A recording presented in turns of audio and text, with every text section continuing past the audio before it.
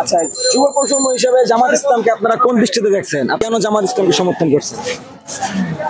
বাংলাদেশে অনেক রাজনৈতিক দল আছে, যে রাজনৈতিক দলগুলো এখন দেখবেন যে আপনি প্রতিনিয়ত চাঁদাবাজি করতেছে, খুন, ধর্ষণ এর সাথে জড়িত। কিন্তু আপনি বাংলাদেশ জামাত ইসলামের কোনো নেতা বা কর্মীর বিরুদ্ধে এখন পর্যন্ত আপনি কোনো চাঁদাবাজি, খুন, ধর্ষণের কোনো অভিযোগ পাবেন না। এই কারণে আমরা তরুণ প্রজন্ম চাই যে বাংলাদেশ জামাত ইসলামকে আগামী নির্বাচনে, জাতীয় সংসদ নির্বাচনে আমরা সংসদে পাঠাবো। আমার তারা ইসলামী রাষ্ট্র প্রতিষ্ঠা করতে চাই, সুন্নাহ আল কোরআনের আলোকে রাষ্ট্র প্রতিষ্ঠা করতে চাই, আমি সাপোর্ট করি।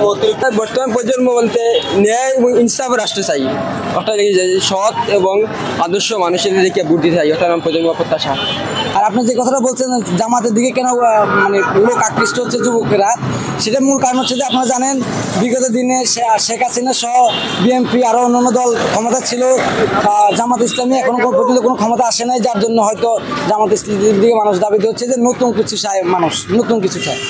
আগামীর বাংলাদেশ শোষণমুক্ত এবং দুর্নীতিমুক্ত যেন গড়ে ওঠে, দর্শন, খুন এসব থেকে যেন আমরা মুক্তি পাই, বাংলাদেশে যেন ইসলামিক একটি কান্ট্রি প্রতিষ্ঠিত হয়, এটাই আমাদের আশাবাদ।